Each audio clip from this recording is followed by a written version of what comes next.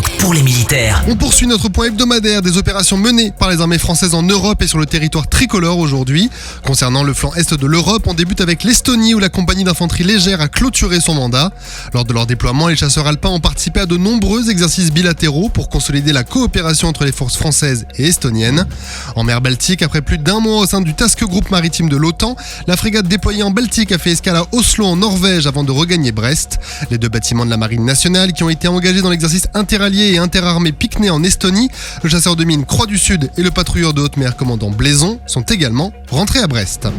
Et dans le ciel, les 4 Rafales déployés pour la mission de police du ciel et Air Policing de l'OTAN sur la base aérienne de Siolet en Lituanie ont réalisé des missions d'entraînement interalliés en alternance avec des missions de police du ciel sur alerte réelle ou simulée. Ainsi, après un décollage sur alerte, les Rafales ont intercepté un aéronef russe IL-18 au large de l'Estonie. Concernant la mission d'assistance militaire de l'Union européenne à l'Ukraine ou EUMAM, la France a continué la formation de militaires ukrainiens, notamment en Pologne. Cette semaine, le détachement français a réalisé plusieurs stages au profit de chefs de groupe ukrainiens. Cette formation, qui a pris fin cette semaine, a permis un partage d'expériences précieux pour les Français et les Ukrainiens. En Guyane, les forces armées en Guyane sont toujours mobilisées en soutien aux populations touchées par la sécheresse qui a entraîné la baisse du niveau des cours d'eau dans la région.